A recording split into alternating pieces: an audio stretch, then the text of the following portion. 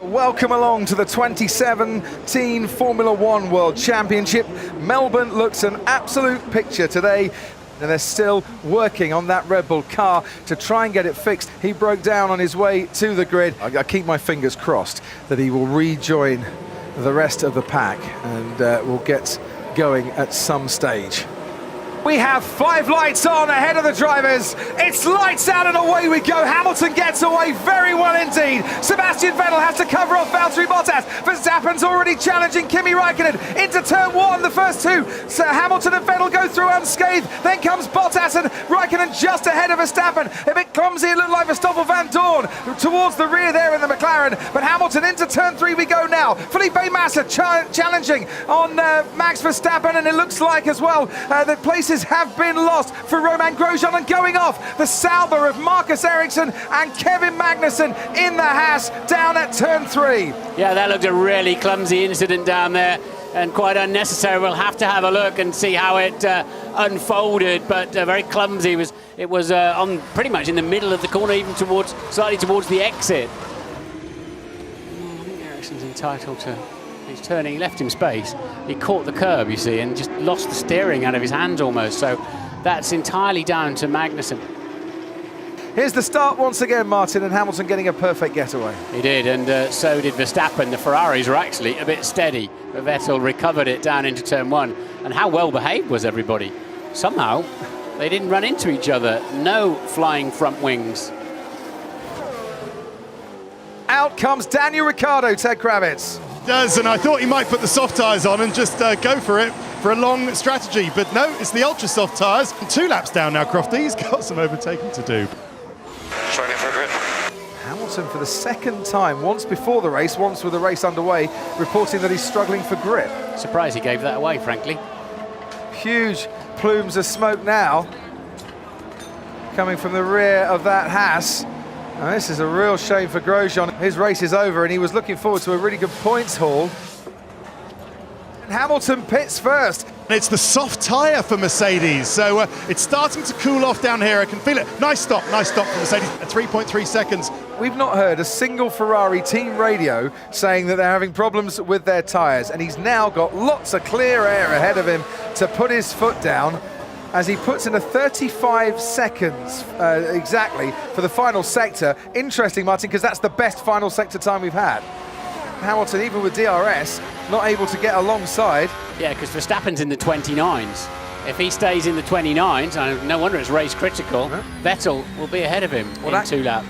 And if you are Max Verstappen, you're going to keep going long, because you don't want the leaders to get too far ahead anyway. You know that you're going to have to pit soon. Sebastian Vettel comes in to stop now. Lewis Hamilton is at the penultimate corner behind Max Verstappen. He's now coming around the final corner, Lewis Hamilton, and there you can see him in the background. So Kimi Raikkonen goes through. Sebastian Vettel's going to come out, and guess what? Sebastian Vettel now ahead of Lewis Hamilton. Hamilton behind Verstappen, and we've got Vettel, Verstappen, Hamilton, and this the battle for 3rd, 4th and 5th, but could well be the battle for the win. But what's Verstappen going to try and do? Is he going to try and go around the outside? He's got his wheels on the dirt, gets away with it. How frustrated will Hamilton be now?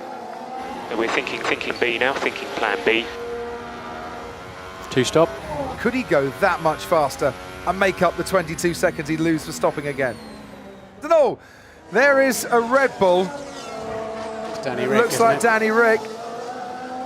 Okay, Daniel, P0. Sorry, mate, the car's done. Not a great start to the season, great home race, or feeling inside Daniel Ricciardo's head at the moment. So, what's the lead out in front?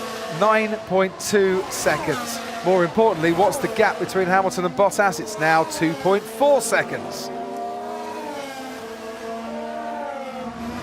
3 different chassis, 3 different engines. You won't get round there, son. Oh, and you might lose a bit of front wing as well. But now he's right on Alonso's tail, isn't he? And surely with DRS, this is the chance for Esteban Ocon to get into the points. Hulkenberg is there as well. Ocon does manage to get into 10th place. Hulkenberg might snatch it off him, no. Ocon gets into turn one just ahead of the Renault. Fernando Alonso might just fight back here because Hulkenberg was definitely compromised by that attack on Esteban Ocon. There's something wrong with the car. It's pulling to the left. Something on the suspension maybe. Sadly, the orange car peeled off into the pit lane and he is out of this race. It's just a few more corners to go for the man who had 2 winless seasons in the last 3 years in Formula One. The man who was frustrated last season, the man who can see the crowd now rise to acclaim him, because Sebastian Vettel starts off 2017 by winning the Australian Grand Prix. Ferrari on top, down under.